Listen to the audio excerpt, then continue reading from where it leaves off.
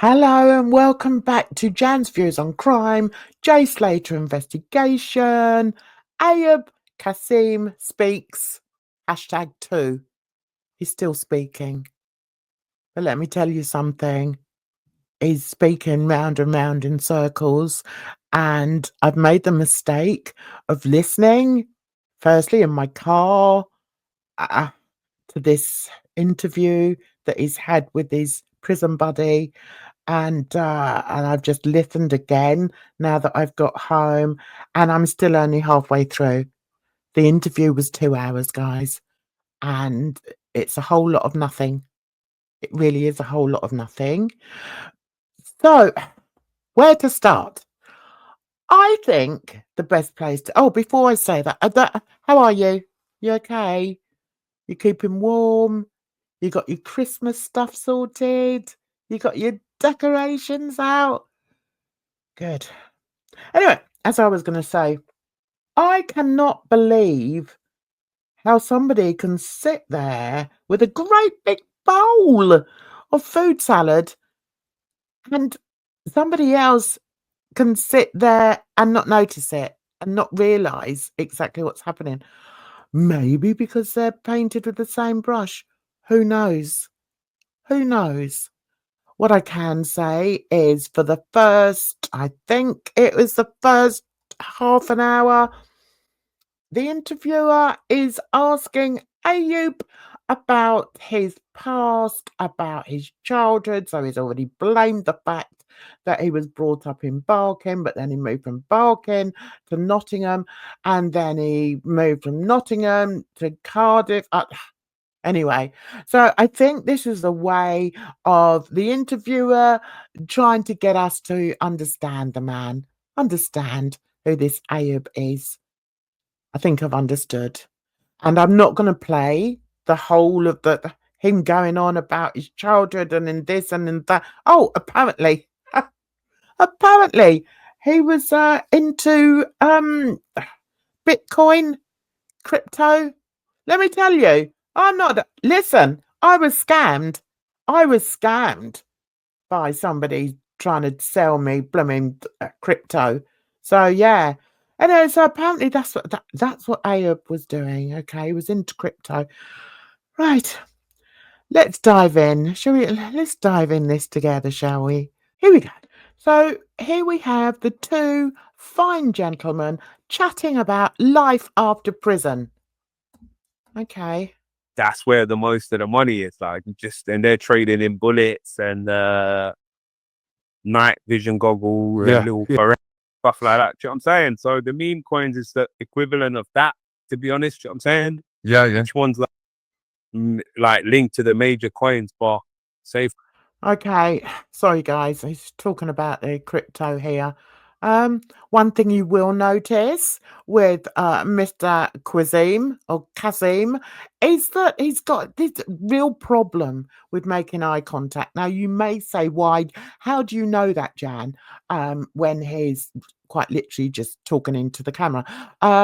You can just tell. You can just tell the way he looks up all the time, the way he squints. I'm telling you, this guy does not make eye contact with anybody. I wonder why. I wonder why. So I'm going to skip forward because I'm not interested in that. So we're now 18 minutes in. I told you I wasn't going to play this, didn't I? But here we go. Let's see if they've stopped talking about life in prison and life afterwards and how the world treats them so badly because they've been to prison. Oh, all right.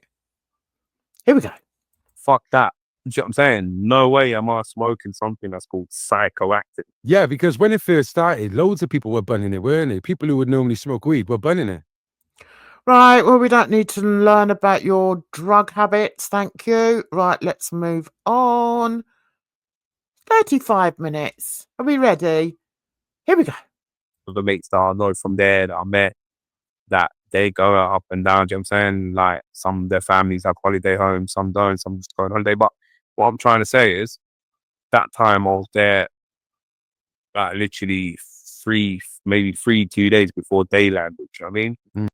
Okay, so we've got to Tenerife. We're in Tenerife. Hooray! And we're 35 minutes into this interview. But we do get there. I told you we do get there. So he's saying he was there a few days before they arrived. All right. Mm, mm. And so, when you say they, who? In the Burnley lot, I mean, like, Okay, so he calls them the Burnley lot. The Burnley lot. That's interesting. How does he know they're all from Burnley? I mean, okay. Jay and his mates. You know what I'm saying? Okay. From you got to remember, like, they might say on TikTok and all of these people, from people that don't know me or know anyone, might say, "Oh, like randomly, it's like make it look like we found some random guy didn't lost his keys and that, but we actually knew these people in some sort of way." Do you know what I'm saying? No, I don't know what you're saying, because how do you, who doesn't come from that area, how do you know them in that kind of way? Do you know what I mean? How do you know them? Okay, and look at the face. Please, guys, look at the facial expressions he makes. This is honestly, he may just as well sit there with a bloody flag, white flag, waving it in the air, saying, "I'm not telling the truth, I surrender. I can't tell the truth." Yeah, just insane. We've got mutual friends. Do you know what I'm saying? Ah, okay. He's explained it. They've got mutual friends. So him, who's been brought up in London, then went to Nottingham, then did he go to Cardiff? I know this dude, the guy whose podcast this is, it comes from Wales. Oh, and I missed the bit where Ayub was saying how he knew about Cardiff. He had a few friends in Cardiff. Yeah, weird, but there you go. Yeah, yeah, and Mutual friends. yeah, and again, face value perception. A Somali boy from London or Northampton with a bunch of white kids from Burnley, they're gonna think this ain't natural at all. Like, in they like, if they don't And know. like, yeah, that's it. Well, the thing is, it's not that it's not natural. What's natural is not the fact that this is a Somali guy with a bunch of white kids. It's the fact that this is a Somali guy who has got no links to anybody in that area. That's what's weird. That this guy who has been in prison for the last, what did he say? He did 7 years, has just come out of prison.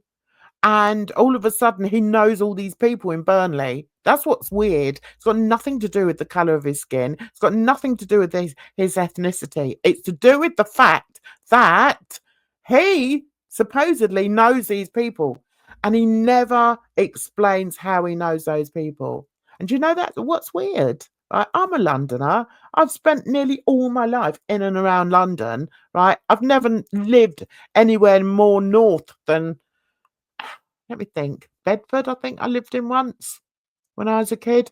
But that's as north as I get. And guess what? I haven't got any friends in Burnley. So anyway, that's just me saying my bit. Like something booky going on. But sometimes these sort of situations actually do happen. Like, people actually do meet naturally, and there's no bookiness involved. Because like, Sometimes people do meet quite naturally and there's no bookiness involved. Firstly, no idea what bookiness means. I mean, that's got to be a new word. Is that like a new sort of generational word? Doesn't matter. But I can get from the gist of the conversation that he's saying there was nothing shady going on. Just because he knew these guys doesn't mean to say there's anything shady going on. Come on. even what they like, because it's not good slandering people that can't defend themselves, as in like they're not here with us no more. But the guy, Uh, okay, so you can't. What? So he's saying we can't slander Jay, I think, because he's no longer here anymore.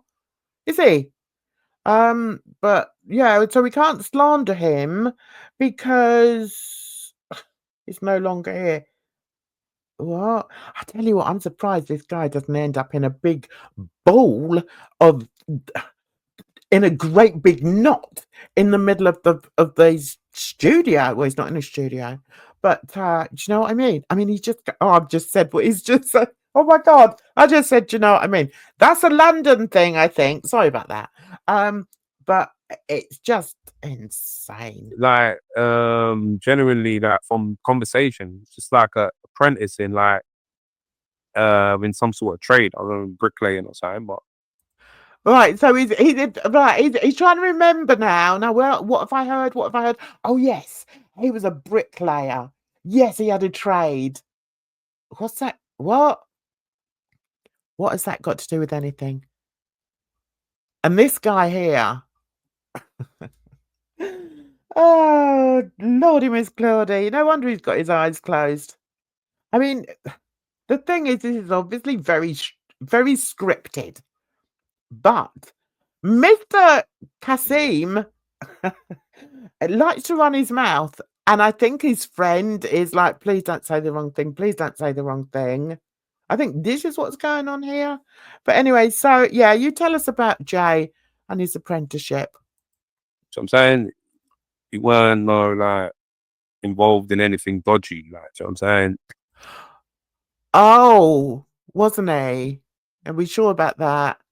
So you've Mr. Kasim has obviously not heard of Tom Hilton and the shady goings on in like Oswald Twistle and Burnley and all these other places that I've done videos on. Guys, you need to look at them. Look at some of my other videos on Jay Slater. I have spoken on this before. But apparently Ayub hasn't heard about that. He wasn't involved in anything shady. Really? He battered some guy to like an inch of his life. I mean, but no, he wasn't into anything shady. Yeah, it's like people do sometimes run with something and then, do you know what I mean? Yeah. So I was there a week that time and I landed on the Wednesday after. I landed a day before Rocky, I think, or a couple of days because, I think I landed a couple of hours before him because I landed. Got I mean, the way he speaks, it sounds as if he landed on his head. But hey, there you go. the car out and I got the Airbnb out. Not what, again, false claims that I booked the Airbnb at 5 a.m. in the morning in the mountains. Who the fuck books the Airbnb at 5 a.m. in the morning? You need. True. Who does do that? And also, I mean, if you're going to a really popular place, who in their right minds is going to book a Airbnb in the mountains anyway? Who's going to do that? But yeah, Ayub did. The host to reply to you to tell you that's the code and the keys in there and send me like the picture that I took where I'm wearing my Ray-Ban shades and I'm looking to the side. I think it come out on the Daily Mail. That picture is my Airbnb profile photo. You clearly seen it's been taken in the afternoon. But the guy said to me, let me see who you are before I rent you my Airbnb. So I thought, let me take my best photo. See? Oh, then look. Yeah, I'm glad he found it amusing. I have to try not to laugh all the way through this because it is just so bad. It's so bad. What do you guys think so far? Listen, if your head is as muddled as mine, I'm not surprised. I swear to God. This is like, it's just insanity. Get the real hands on, like. Hey, yeah, bro. And yeah. So when I did newspaper, I didn't really like, I weren't like, fucking hell, why they had to pick that photo? So. well, this is just for the record as well.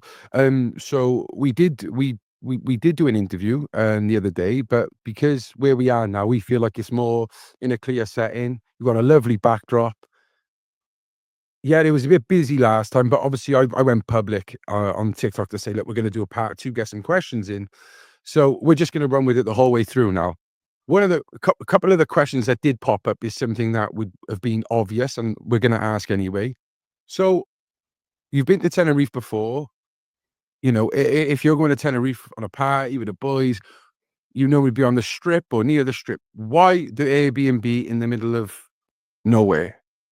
You got Great question. Hooray! He's asked a good question. Why would you get an Airbnb in the middle of nowhere? Here we go. Yay! Let's just go back a wee bit because I don't want to miss all these words that Ayub is going to tell us now. Are you listening?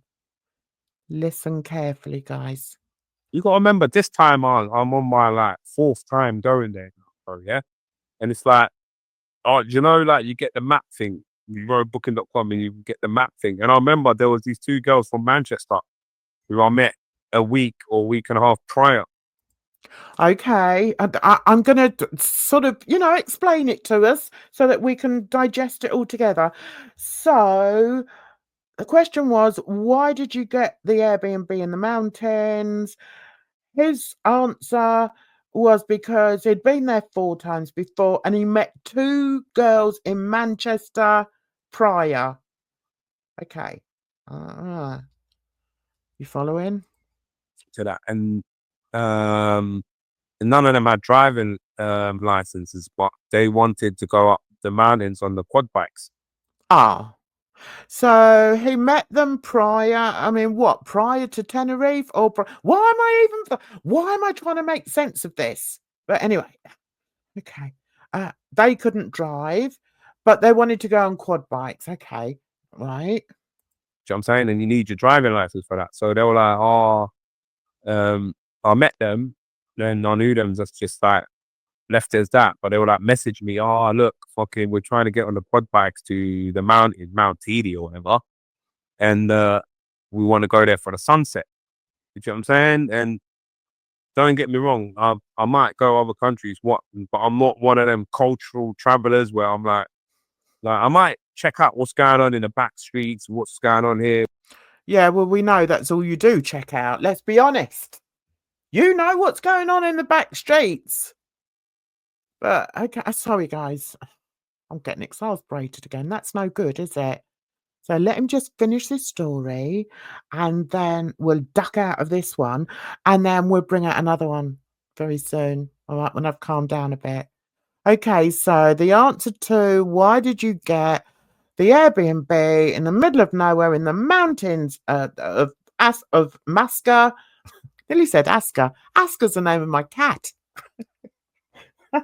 Anyway, and his answer was because of these girls that wanted to go and see the sunset. All right. Hey, what you Let's say? let's book the old town. I know what you mean. Yeah, like, and every place has got an old town as well. What's the funny thing about it? I'll be honest though, I am that geezer. Like take me. Oh my God. Nobody cares. Where's the answer? I'm going to jump on. This guy also likes the sound of his own voice. Here we go. Right. I still want to find out why he had the Airbnb in Masca. Oh no, they plucked it from the sky, G. Like, they must have plucked it from the sky. Like at the end of the day, bro, when the 8 don't work, they start telling lies, mate. You know what I'm saying? And I'm happy that I am who I am, not as just in general. You got to be happy with who you are. But that's it, guys. We didn't get an answer. I mean, yeah, I took like 15 minutes to try and wait for the answer. No answer came. So, yeah, that's that. Get off. So, oh my goodness me. So I can only apologise. I mean, didn't even answer the first question, but I mean, we can guess. We can guess. So here we are, 42 minutes in, and yeah, I think we know where this is going, don't we? But it does mean that I am going to have to do another one of these. I hope you don't mind.